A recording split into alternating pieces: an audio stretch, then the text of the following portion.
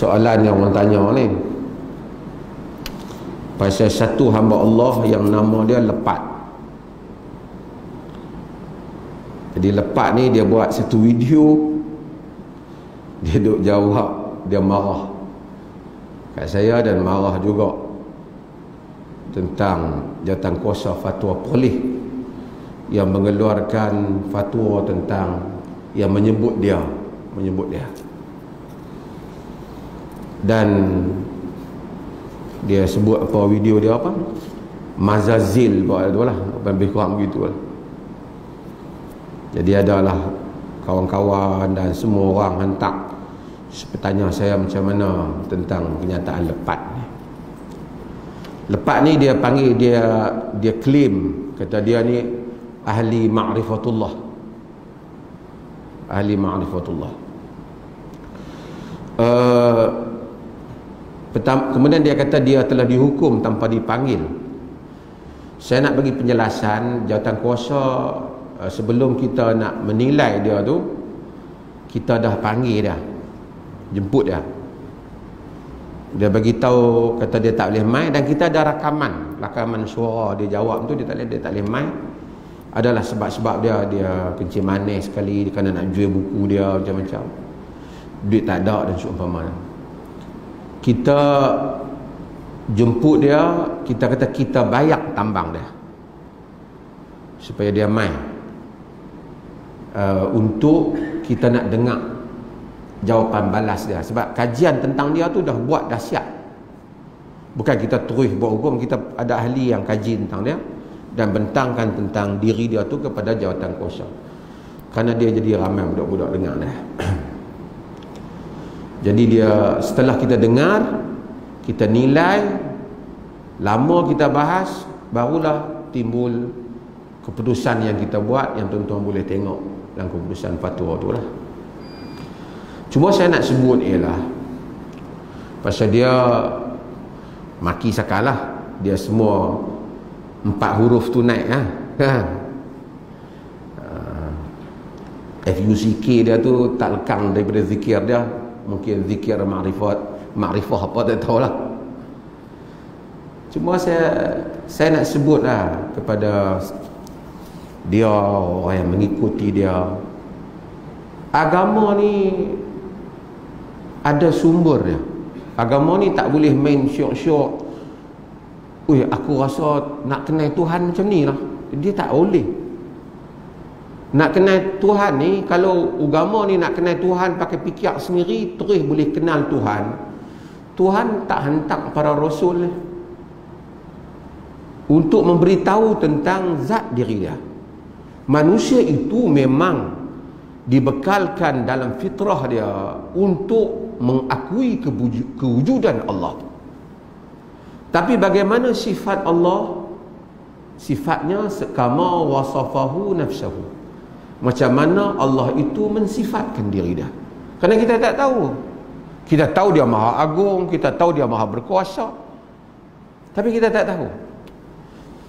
Maka sebab itu Allah mengutuskan Rasul. Kalau kita menolak hadis-hadis Rasul, ataupun kita hanya mengandaikan tentang Tuhan ini dengan andaian kita saja, kita tak beza dengan agama-agama yang tak ada wahyu, yang mereka Tuhan mengikut akal mereka. Itu satu hal yang kita kena tahu.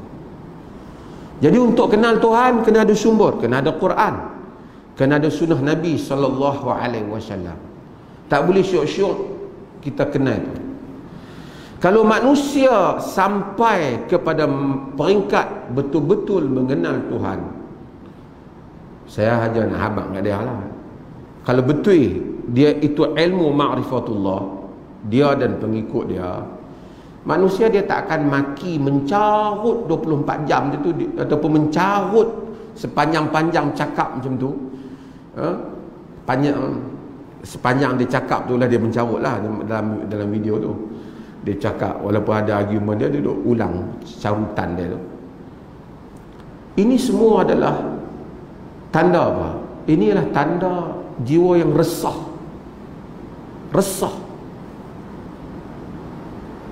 Orang yang kenal Tuhan, mudah-mudahan kita jadi mereka. ialah para anbiya. Sebab itu bila kita baca surah Yusuf, kita akan tengok macam mana Nabi Yaqub menghadapi satu cabaran yang hebat. Apa yang anak-anak dia cerita, apa yang dia hadapi. Fasabrun jamil, dia sabar dengan sabar yang cantik.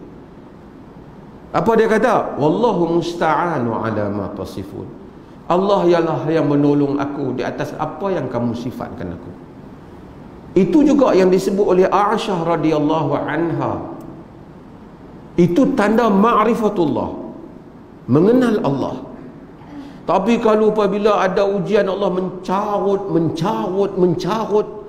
pengikut dia hak kat bawah tu, oh hebat. Ilmu ma'rifatullah apa tu? Saya sebutlah sebab dia ada trend, geng-geng ni dia ada trend. Dia suka teori belajar agama tak ada sumber ni, memang orang seronok, senang, boleh khayalkan apa saja. Sebab tu orang Islam disuruh solat, disuruh ikut Nabi.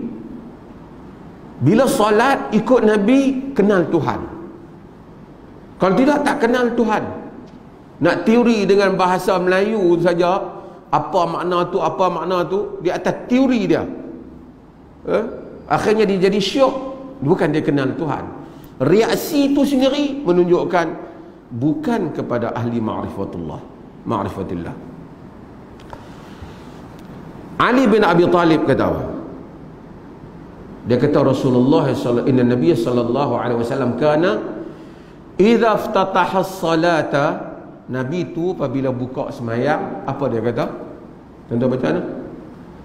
Wajjahtu wajhiya lilladzi fatara as-samawati wal ard hanifa wama ana minal musyrikin inna salati wa nusuki wa mahyaya wa mamati lillahi rabbil alamin la syarika lahu wa bidzalika umirtu wa ana awwalul muslimin atau wa ana minal muslimin. Kata Imam Syafi'i dalam maklum, wa ana awwalul muslimin wa aktsaruhum, kebanyakan kata wa ana awwalul muslimin. Dalam riwayat juga wa ana minal muslimin, dua-dua ada. Boleh dua-dua baca. Kemudian Nabi kata apa? Allah sambung dalam hadis yang sama. Hadis riwayat Muslim, riwayat Imam Ahmad, riwayat ashab hadis. Dalam iftitah tu, apa lagi? Nabi tak henti kat itu, Nabi sambung. Allahumma antal maliku la ilaha illa anta. Anta rabbi wa ana abduk. Ya, lagi saya akan terjemah. Anta rabbi wa ana abduk. Zalamtu nafsi wa i'taraftu bi dhanbi. Faghfir dhunubi jami'an. Faghfir li dhunubi jami'an. Innahu la yaghfiru dhunuba illa anta. Allahumma hdini li ahsanil akhlaq. La yahdini li ahsaniha illa anta. Wasrif anni sayyi'aha la yasrifu anni sayyi'aha illa anta. Labbaika wa sa'adaik wal khairu kulluhu bi yadaik wasyarru laysa ilaik. Tabarakta wa ta'alaik astaghfiruka wa atubu ilaik. Apa Nabi baca? Ini ma'rifatullah. Wajjahtu wajhiya lilladzi fatara as-samawati wal ard. Aku hadapkan wajahku kepada dia, kepada yang mencipta langit dan bumi. Hanifa, cenderung kepada agama tauhid. Wa ma ana minal musyrikin. Aku bukan orang yang musyrik. Inna salati wa nusuki wa mahyaya wa mamati lillahi rabbil alamin. Sungguhnya salatku, ibadatku, hidup dan matiku untuk Tuhan semesta alam. Itu ma'rifatullah. Kalau tak salat, tak menunaikan zakat, tak menunaikan ibadat haji, tak percaya kepada semua hukum Islam, di mana ma'rifatullah?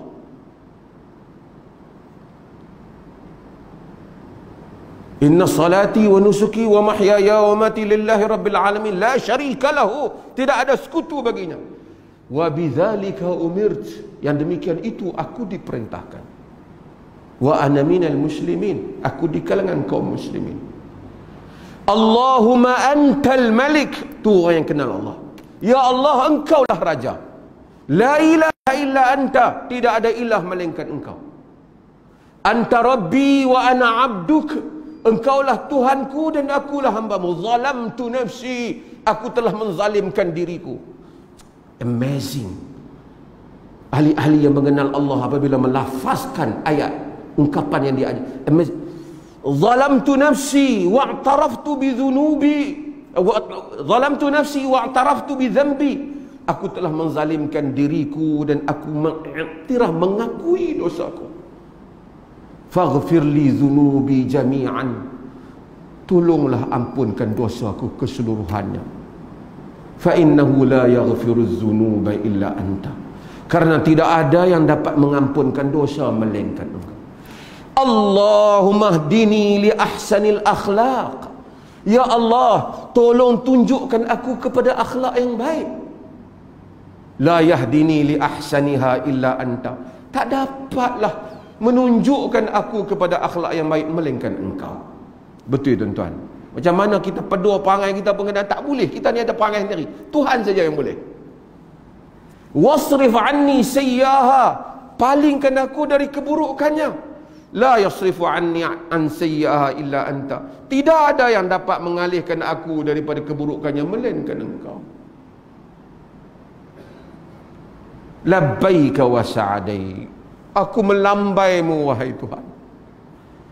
Wa khairu kullu fi yadaik, semua kebaikan itu di tanganmu. Tabarakta wa ta'ala, maha suci engkau, maha berkat engkau, maha tinggi engkau. Astaghfiruka wa atubu sebagai ana minka wa ilaik, aku daripadamu dan kepadamu. Astaghfiruka wa atubu ilaik, aku beristighfar dan memohon keampunan padamu. Salat, tapi kalau ma'rifatullah pakai duduk sambil minum teh, lepas tu duduk maki, mengenal tu, mengenal maksud tu, mengenal maksud ni, lepas tu mencarut, tidak mencapai apa-apa maksud ma'rifatullah. Untuk pengikut dia yang ikut tu, cubalah fikir, adakah itu maksud mengenal Tuhan?